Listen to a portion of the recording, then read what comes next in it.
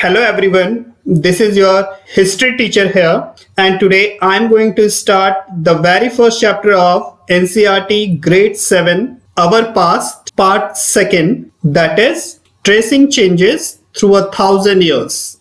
So let's start. But students, before going through the chapter, it is necessary for all of you to understand that what we are going to study in this chapter.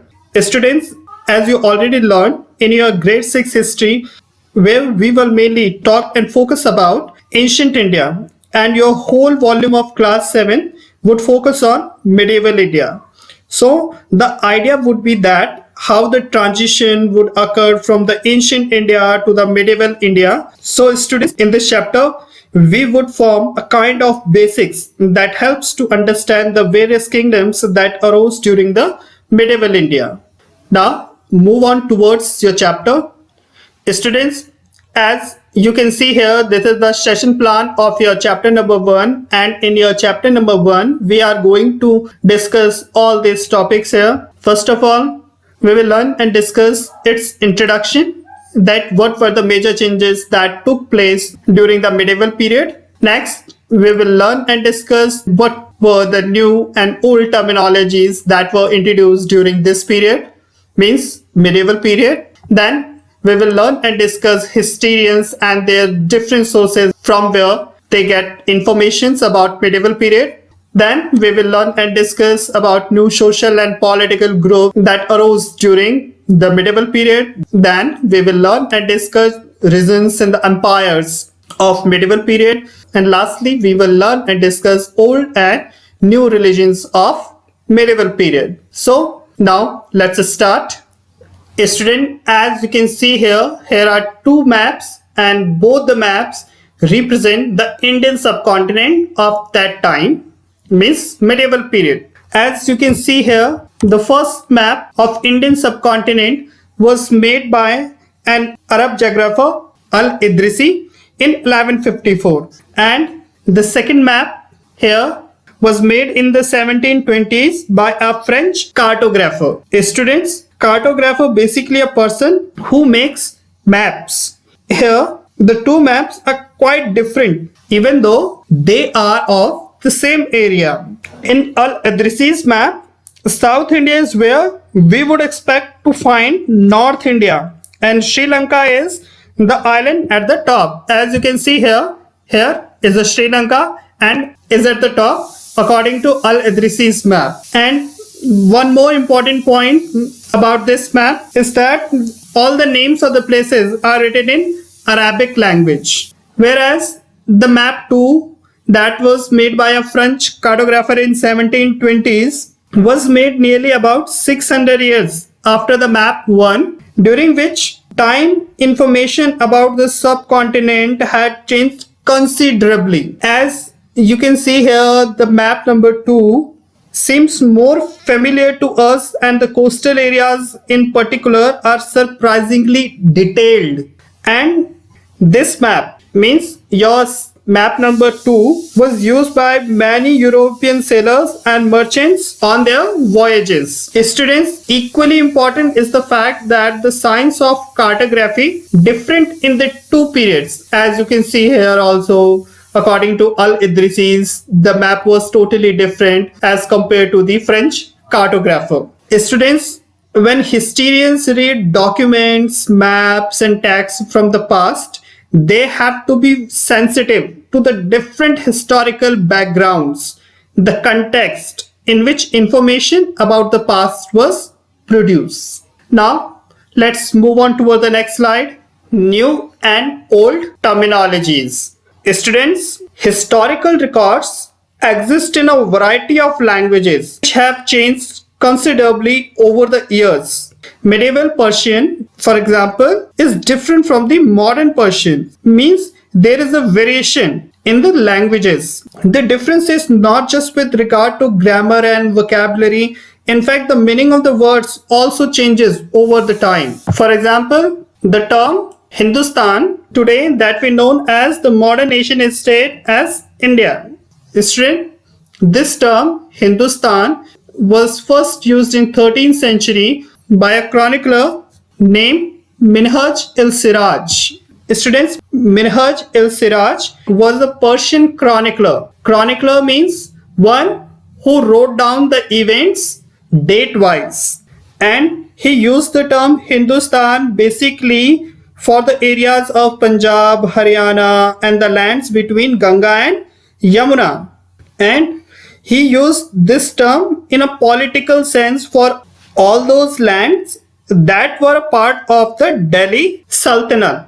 Students, but this term Hindustan never included South India. By contrast, in the early 16th century, Babur used Hindustan to describe the geography, the fauna, and the culture of the inhabitants of the subcontinent. And students, in the same way, there was a poet around in 14th century named Amir Khusro used the term Hind for India. Students, but the term Hindustan didn't carry any political and national meanings which we associated with it today.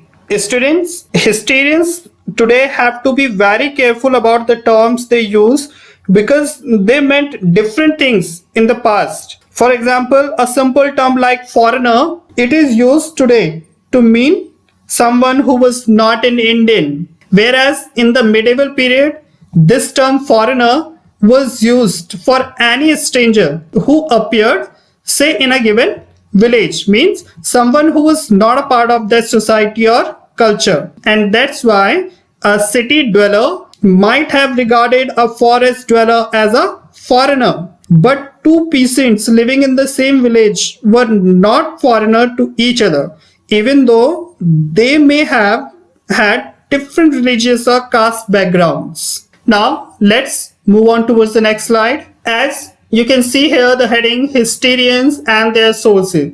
Students, historians basically are the persons, one who study the past events known as historians. And in this section, you will learn that from where these historians get evidences or resources about the past. Students, historians use different types of sources to learn about the past, and it's depend upon the period of their study and the nature of their investigation. Students, in this book, you will basically read about the following 1000 years from roughly about 700 to 1750.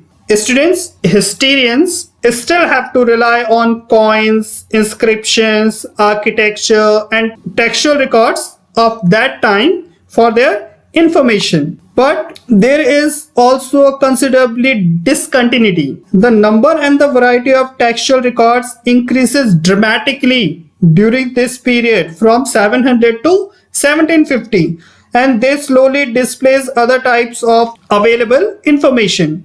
And during this period from 700 to 1750, paper gradually became cheaper and more widely available. So most of the chroniclers or historians use this paper to write holy texts, chroniclers of rulers, letters and teachings of saints, petitions and judicial records, and for registers of account and taxes. Then these manuscripts were collected by the wealthy people, rulers, monasteries, and temples. And these manuscripts were placed in libraries and archives. Students, archives basically a place where documents and manuscripts are stored.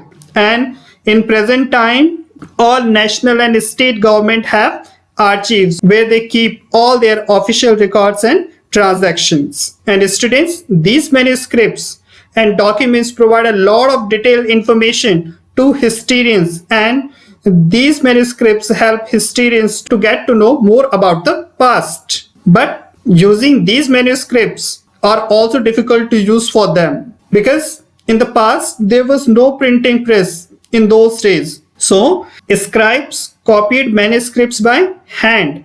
Students, just imagine if you have ever copied a friend's homework, you would know that this is not a simple task.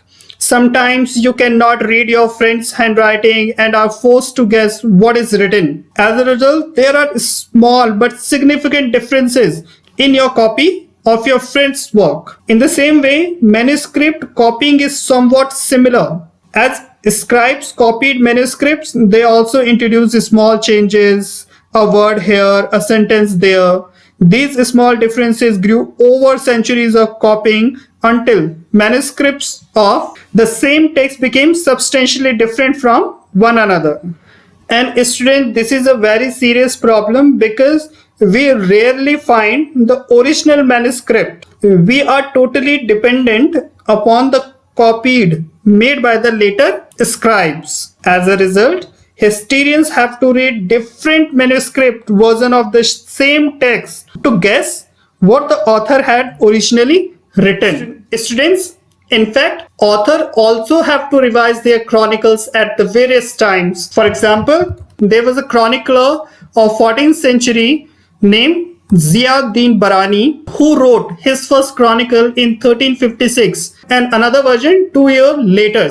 But historians didn't know about the existence of his first version, that is 1356, until the 1960s because as it remained lost in large library collection. Now let's move on towards the next topic, new social and political groups.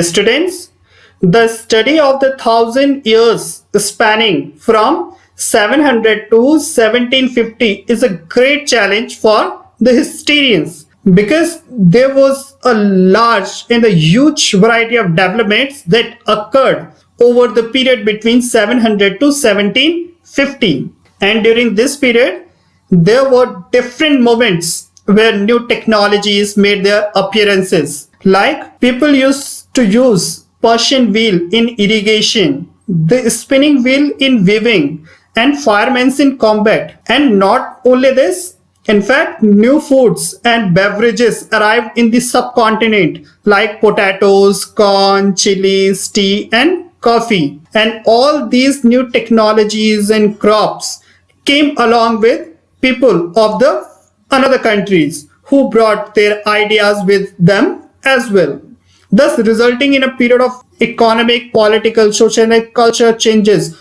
all over the Indian subcontinent. And student, it was also a period of great mobility because many groups of people traveled long distances in search of opportunity. And as you know, that time India was also known as Golden Bird. So most of the peoples came here to carve their fortune. And students, there was a term Rajput, and this word became very famous during that time. And this word Rajput was derived from the Rajputra, the son of a ruler. And this term Rajput was basically used between 8th and 14th centuries. And this term was used generally to refer to a group of warriors who claimed themselves as Kshatriyas. And students, this term Rajput that was used between the 8th and 14th century was not only used for a group of warriors who claimed themselves as Kshatriya class. In fact, this term was also used for the rulers and the chieftains, in fact soldiers and commanders also, who served the armies of different kings all over the Indian subcontinent. Students, in fact, many poets also shows their qualities in their creations in which they wrote that these Rajputs were extremely courageous and they have a great sense of loyalties for their kings. And between the 8th and 14th centuries, Marathas, Sikh, Jats, Ahoms and Kashyaks. Kashyak, basically it is a caste of scribes and secretaries, means a group of people who work as scribes and secretaries for the monarch, means to say king. This group of peoples also use this opportunity to become politically important. And a student throughout this period, means 700 to 750, there was a gradual clearing of forests and the extension of agriculture. As a change, faster and more complete in some areas than in others. And people started to lead a settled life. They first clear the forest and then start agriculture over this land. And these peasants were later influenced by regional markets, chieftains, priests, monasteries, and temples of their local surrounding. And due to this, they comes in contact with the large complex societies and paying taxes and offering goods and services to the local kings. And this resulted in a major economic and social differences amongst peasants. Some of them became rich peasants, whereas some of them became poor peasants, because some had more productive land as compared to other. That's why there was a huge differences among the peasants group also. And students, with the change in society, people grouped into jatis or subcaste and were ranked on the basis of their backgrounds and their occupations. And the ranks of these groups of people, were not permanent and changed with the power, influences, and resources controlled by the jati. And rules and regulation were imposed to these group of peoples to manage the conduct of the members of these groups. And all these rules and regulations were mainly enforced by an assembly of elders of this particular group. And students, these jatis groups also had to follow the rules of the villages, and several villages were governed by a chieftain, and this chieftain imposed the rules and regulations on these groups. Now let's move on towards the next topic, region and empires. Student, in this section you will learn that during medieval period, which major dynasties ruled over the Indian subcontinents, and some of the major dynasties are mentioned in this topic, about which you will learn more elaborately in your following chapters. Students, large estates like those of Cholas, Tughlaqs, or Mughals encompassed many regions of Indian subcontinent. And students, the question is, how the historians know about the region and empire of these powerful kingdoms of medieval period, means Cholas, Tughlaqs, or Mughals. Students, historians found many prasasti, and there is a prasasti that is mentioned over here in this topic. But before discussing further, it is important for all of you to know that what is prasasti.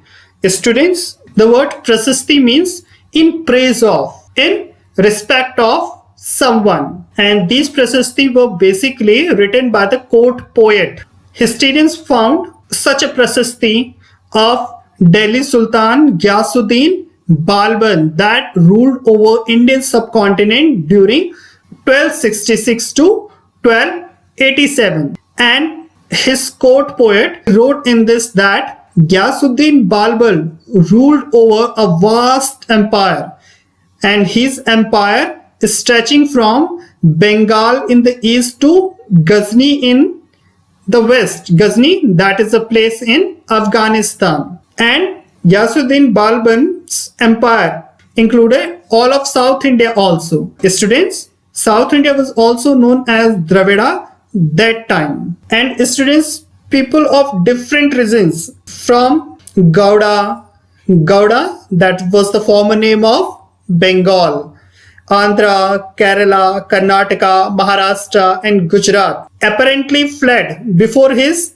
armies, means to say all these places were under the control of the Delhi Sultan Ghiyasuddin Balban. So all the people of these states were always ready to serve his armies to Ghiyasuddin Balban.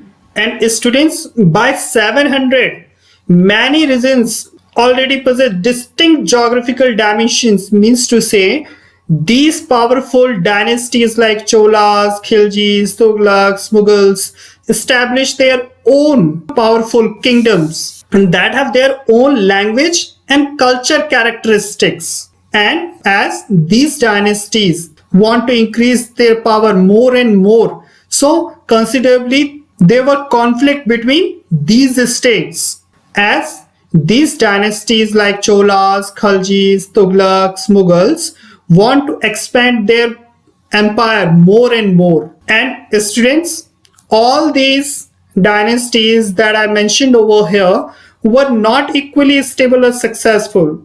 And as an example, Mughal Empire declined in the 18th century, and this whole empire re-emerges into small regional states.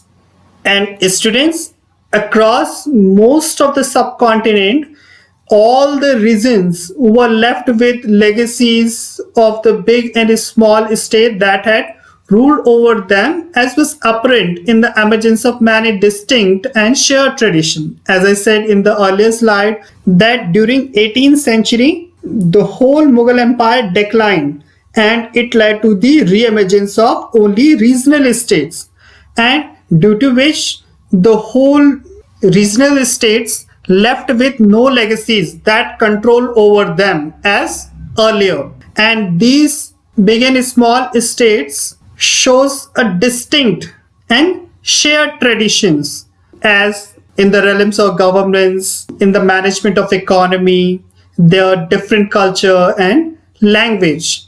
And students, through the 1,000 years between 700 to 1750, the character of the different regions that were evolved that time didn't grow well in isolation. And due to this, these big and small states felt the impact of larger pan-regional forces that integrate them without ever quite losing their distinctiveness. Now, let's move on toward the next topic, old and new religions. Students, these 1,000 years between 700 to 1750 witnessed many major developments in religious field also. People often closely connected religion with the social and the economic organization of local communities. Religion was closely connected with the social and the economic organization, and many important changes occurred in Hinduism, like including the worship of many new deities that time, and due to which, as a result, many temples were constructed, and the Brahmins, the priests, got more importance in the society. And students, Brahmanas earned respect in the society for their knowledge of Sanskrit text, and their dominant position were consolidated by the support of their patrons. Students, patrons means an influential, wealthy person or individual who supports another person, or an artist, or a craft person, or a learned man, or a noble. Means patron is an wealthy, influential person who supports another persons of lower classes.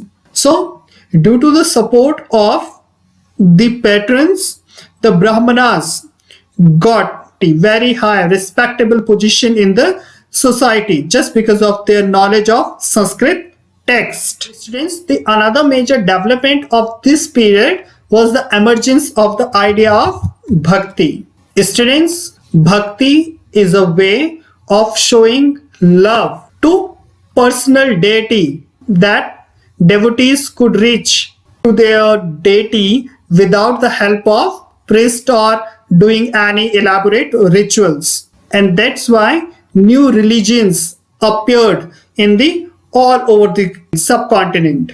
And during 7th century, many merchants and migrants first brought the teaching of Holy Quran to India. Means they first introduced Holy Quran in India during 7th century. And as a result, many patrons of Islam and the ulemas started to learn the theologians and jurists of Holy Quran. And like in the same way, Hinduism, Islam was interpreted in a variety of ways by its followers.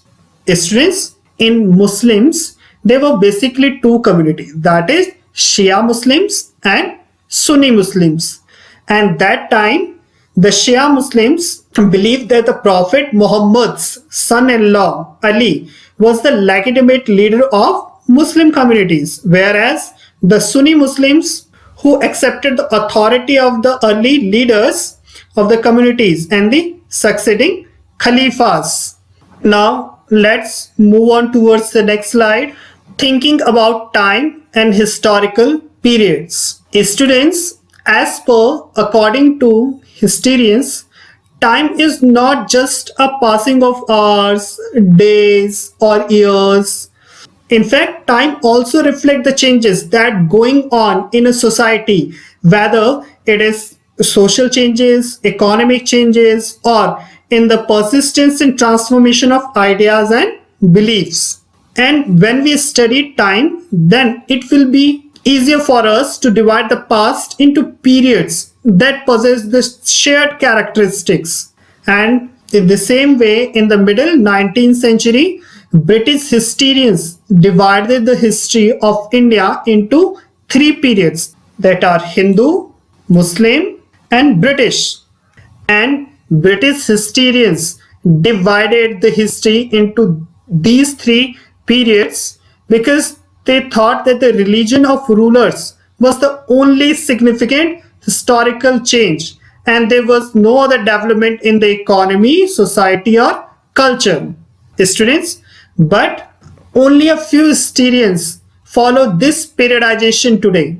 This periodization means this three periods. Few historians follow this, whereas the other historians consider economic and social factor as the major elements to characterize the various moments of the past. And students, as I said in the first slide also, that the history that you are learning in this grade 7 class is your medieval history, in which you will learn about the peasant societies and rise of the regional and the imperial state, how they formed in the past time. And you will also learn about the pastoral and the forest people. And ultimately, you will learn in this book that how Hinduism and Islam became major religion that time, and how European trading companies arrived in India and how they controlled all over the Indian subcontinent. You will know everything about medieval history in this book. Students, your chapter is finished here, and that's all about your chapter. Now, I will become soon with a new chapter. Till then, stay home, stay safe.